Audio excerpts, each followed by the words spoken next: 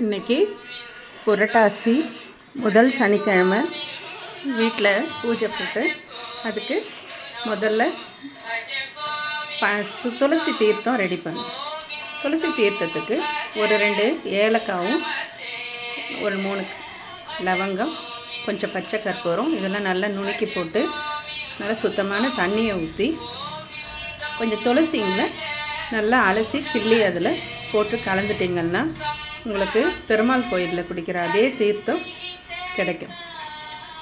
பூஜைக்காக first இந்த தீர்த்தம் ready பண்ணி வச்சுட்டு அதுக்கப்புறமா இலை போட்டு சாமிக்கு கொத்தவரங்காய் பொரியல், பீன்ஸ் பொரியல்,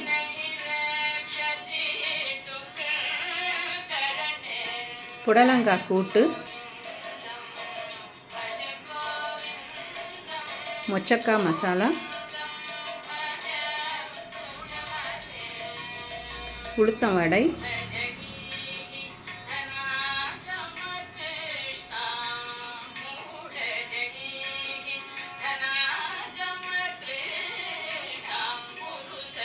எலுமிச்சை சாதம்,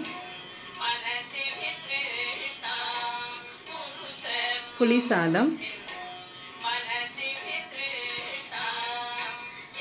சக்கரை பொங்கல், ஒயிட் ரைஸும் முருங்கைக்காய் சாம்பார். இலையில் போட்டால் எல்லாம் ஒன்றா சேர்ந்துருன்றதுனால நான் இப்படி தனித்தனியாக கப்பில் வச்சிடுறது. அது இல்லாமல் நீர்மோர், துளசி தீர்த்தம், பானகம் எப்படி பண்ணோன்னு தெரியும் இல்லைங்களா? கொஞ்சம் லெமன் ஜூஸில் வெல்லம் போட்டு கொஞ்சம் ஏலக்காய் தட்டி போட்டால் பானகம் ரெடி.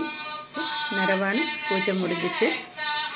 சாமிக்கு இதெல்லாம் கொண்டு போய் வச்சு பழங்களோடு சேர்த்து பூஜை பண்ணோம். கோவிந்தா கோவிந்தான்னுட்டுன்னு எத்தனை முறை சொல்ல முடியுமோ சொல்லி கும்பிட்டிங்கன்னா உங்களோட குறைகளெல்லாம் கடவுள் கண்டிப்பாக தீர்ப்பாருன்னு எல்லோரும் நல்லா இருக்க எல்லாருக்காகவும் சேர்த்து வேண்டிட்டு கோவிந்தா கோவிந்தா.